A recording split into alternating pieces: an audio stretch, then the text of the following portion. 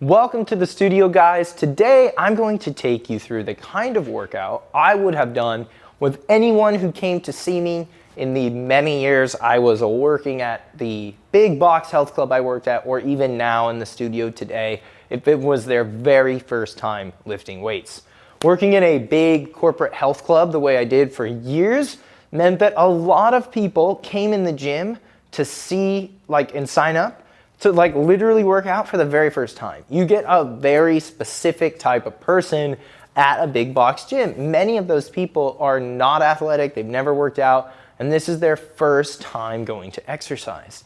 So I got a really good opportunity to see where most people are at who are completely fucking new. I'm talking about never worked out before in their life.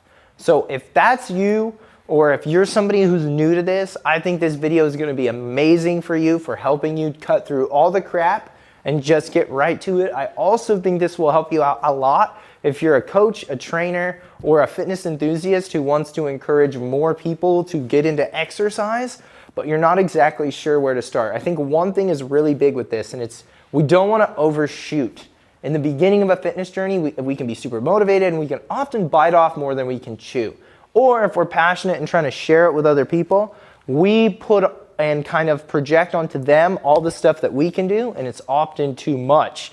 So what we're gonna go through today, I found, is a super good general starting point for a lot of people. And you can scale it up, scale it down, depending on where you're at, your clients are at, or the people you're trying to introduce to fitness are at.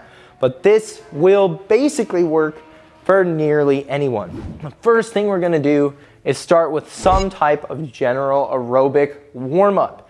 I think it's important, and you'll see this thematically on the channel. A lot of the different workout types that we do, upper body, lower body, push, pull, whatever, for more advanced lifters, still starting with an aerobic warm-up. Now, for many of you, cardiovascular fitness is gonna be pretty bad too. You're brand new to fitness. So we're gonna stick to something really cool. I love this for cardio. It's called the FITT Principle. F-I-T-T. Frequency, intensity, time, and type. We're going to pick the cardio we do based on the FITT Principle and based on our current fitness level. So we want to do cardio. What's a good frequency? It can be daily. It can be 2 times a week. That will depend on the I, the intensity. Those two first letters go together. So the frequency for a novice, let's just use it as we warm up for our lifting and when we're not lifting as walks. So let's go 15 to 20 minute walks every day. That can be the frequency. The intensity, again, that can be low. It's a walk. The time, let's do 15 to 20 minutes. The type, it's walking. You can do this with any type of athlete. You look at them, you go, okay, we're gonna pick cardio modalities based on the FITT Principle. What works for them, okay? Maybe they have a bike and they can get out on a bike ride twice a week. So for them, the frequency could be twice a week, the intensity could be moderate, the type could be cycling, and the time could be however long they have. When we start with an athlete here in the studio, and when I would start with clients at the big box, I would always ask, what type of cardio are you actually going to enjoy? And some people would say, I like the bike, I like the treadmill, I like walking, I like hiking. We would start there. But before we lift, an aerobic warm-up is good. And I think you should pick a low intensity aerobic warm-up. This isn't gonna be all your cardio, but this is gonna be some. And so pick something and do it for 8 to 10 minutes to get the blood flowing, to focus on the work that you're gonna do that day in the gym, and to hopefully minimize the risk of injury or at least tissue discomfort by warming up the total temperature of your tissue and increasing the blood flow in your body. Once you are warmed up, we move into the kind of main chunk of the workout. Now, I like to start every client and pretty much everybody I work with, regardless of their fitness level, by looking at their goals through what I call the priority principle. What's the biggest goal, okay? And how do we attack it first? For most people, the biggest goal is just getting started, okay? So the priority is finding something we can stick to. Inside of training, it's really important to prioritize exercises that are high efficiency. When you're new and you're just getting started, you don't have all day to train. You don't have hours at a time for two reasons. One, you might be busy, but two, you cannot recover from that. So we prioritize efficient movements that train large muscles, and usually we start with the biggest muscles first. Movements that work together or train lots of muscles working together are called compound movements. And the compound movements that work the most muscles at first are probably those for the lower body. So when we start our session, our first workout, we have the most energy right after we warm up. And that is the best opportunity you have to train the big muscles with compound lifts. And that's probably all we'll do for our first session. We'll focus on the very biggest rocks. The most efficient things we can do to prioritize time, technique, recovery, etc. So a good example of a compound movement that trains a ton of muscles that is very applicable and generalizable for most people is a bilateral squat. Two legs on the ground, okay, down and up. I'm showing you an example here using a TRX support. This is not an uncommon first exercise that I would do with people. I cannot tell you how many times, and I worked at a big box gym for almost 7 years. I would get people off the streets. The first exercise we would do is a full range of motion assisted TRX squat. So a lot of the weight of the body is actually removed by getting help from the TRX. I would have people of normal body weight off the street do 3 sets of 12 reps, and the next day they couldn't even walk because they do not train their muscles through a range of motion like that at all. And just 3 sets of 12 lights up the legs. So trust me when I say it can be very simple. Now you can progress way up the chain. So check it out.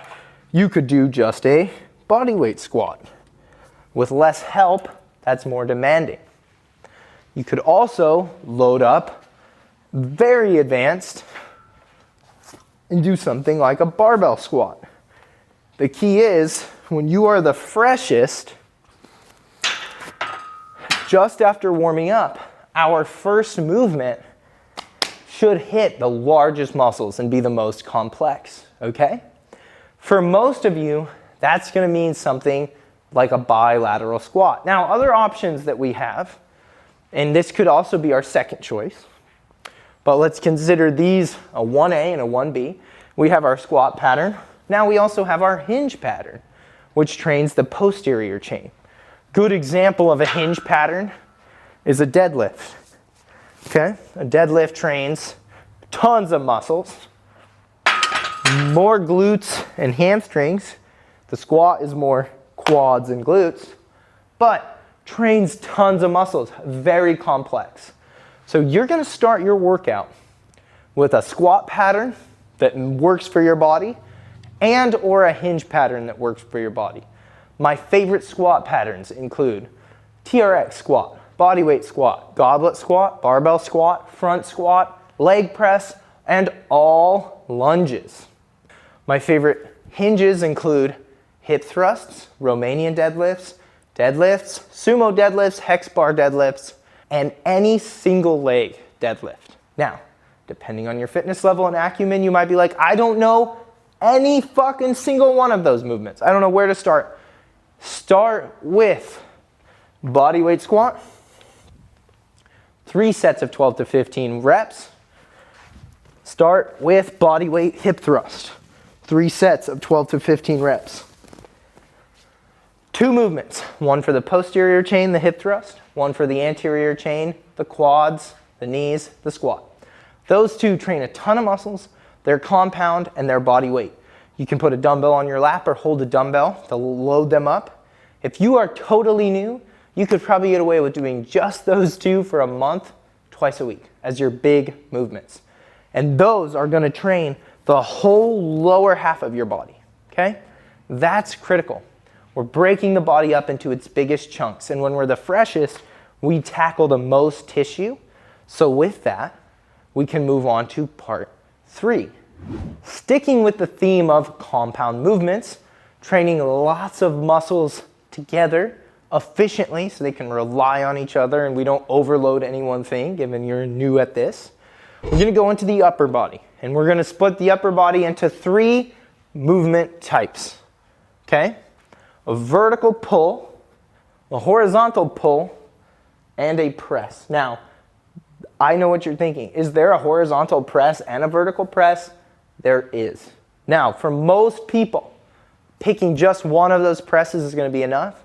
Given that the general amount of back muscle people have and strength in their backs could improve, we're actually going to do 2 movement types for the back and 1 movement type for the anterior portion of the body. There's a reason for it. I'll tell you more.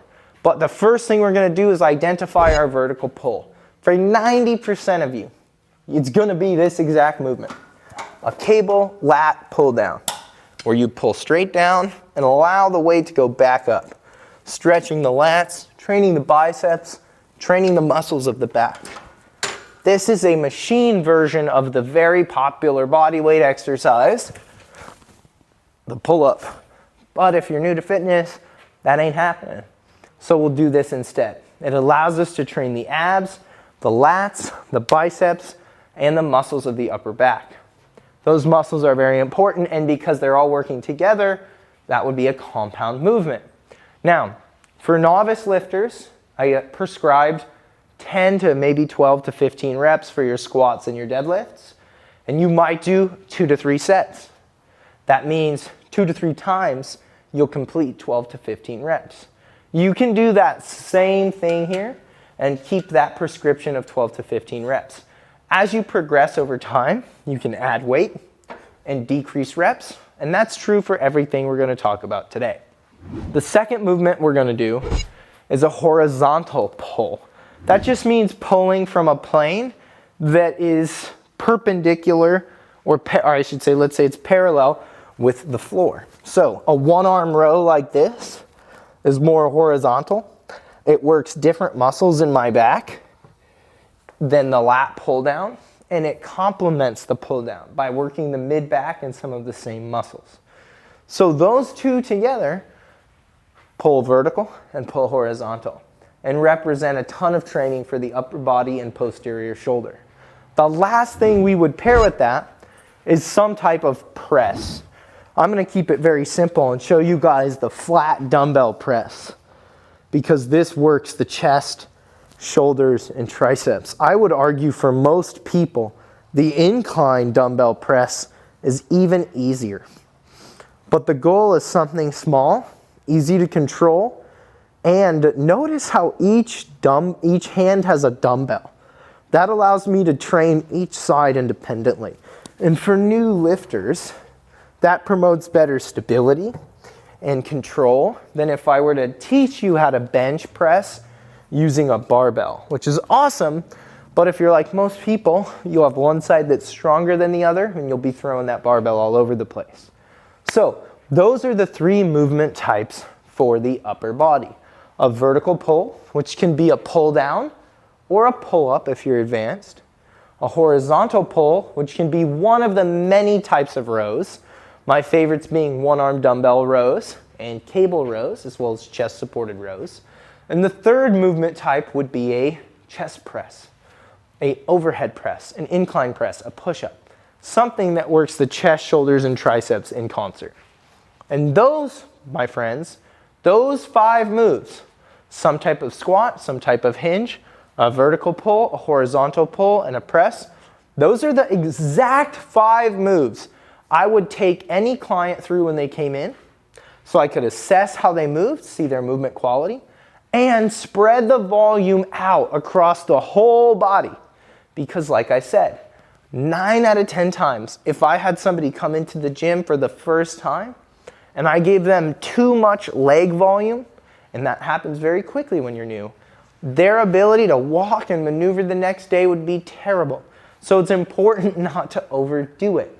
So a total body approach like that lets us spread the volume around so that, sure, the whole body's sore, but nothing so sore that people can't function. And so those 5 movement types I love.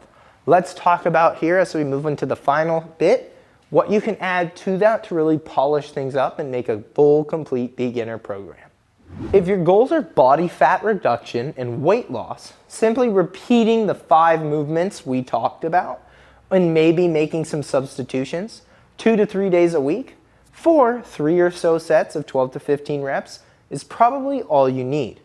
You can add additional exercise to that in the form of walking, additional weightlifting, or any of the things we'll talk about here in the back section. But just know when it comes to weight loss and weight management, what you do nutritionally is what matters most, and a very simple lifting routine will work. But let's say you want some like cosmetic change. Maybe you want bigger arms. Adding some exercises that are isolation in nature for specific muscle groups, for example, the triceps, might help. You can pick 2 to 3 exercises and do a few sets of each to specifically target certain body parts.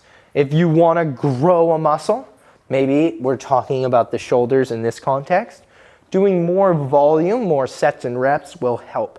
So for those of you who want more muscle size, take a program like the one I just mentioned and layer in more isolation work. Over time, you'll progress to a more specialized routine where you probably have a whole day for certain body parts or regions. But for now, as a novice, know a total body routine with some isolation sprinkled on top can really help. Let's say you want to move better and feel better. One of the best times to work on your mobility is actually after your workout. So many people do all their mobility work before, which is fine. But after you've trained your tissue and gotten it nice and warm, mobility work, in my opinion, has a better chance of sticking. So if you're looking to get in better shape and move with more freedom and control, working on your mobility post-workout is one of the best things you can do. So after you finish your main lifts, taking 5 to 10 minutes to work on stretching for some specific tissues and mobility might have you moving and feeling better. Let's say you want to have a better, stronger, more robust heart. You want better heart health. I would add additional cardiovascular activity at the end of your workout in the form of cardio that you do in intervals or steady state, or you can just take it outside and do things like walking and hiking. But whether you want to build a little more muscle, be a little more mobile, have better heart health, or just generally get in shape, the 5 lifts I showed you are exactly what I would go to the gym and start with for almost anyone. Just scale them to your pain and fitness level. If 3 sets is too much, do 2. If a movement causes pain, see if you can change the movement by shortening the range of motion or switching it so that you can perform the pattern without pain. Over time, look to get stronger and train closer to failure, and that's really it. But start slow, go to the gym, try to get over the intimidation and the fear, and once you're in there, focus on just those 5 things for a couple weeks and watch what happens. Thanks so much for tuning in. If you liked the video, be sure to hit the thumbs up, hit the notification bell to be alerted when new videos go live, and subscribe to the channel so you don't miss more of what's coming. Thanks again.